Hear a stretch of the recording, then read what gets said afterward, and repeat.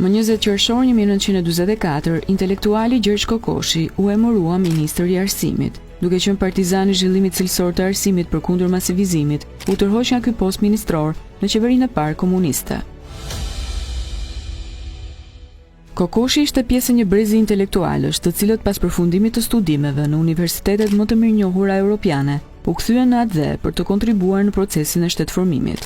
Me të përfunduar studimet doktorale në letërsi, punoi si mësues në gjimnazet e Shkodrës dhe të Tiranës. Gjatë luftës së dytë botërore, mori pjesë në lëvizjen antifashiste, duke përhapur njëkohësisht ide patriotike të nxënësit. Mos pajtimi me politikat e ndjekura prej regjimit totalitar do t'i kushtonte lirinë dhe jetën. 80 ditë pasi shërbeu si titullar i Ministrisë së Arsimit, Kokoshi u dërhoq, pa ditur se ky do t'ishte thjesht prologu i një odiseje vuajtjesh. Në 2 korrik 1946 u dënua nga gjykata e lartë si armik i popullit me 30 vjet heqje lirie dhe do të qëndronte pas hekurave, gjersa do të shuhej në moshën 57 vjeçare, më 20 gusht 1960.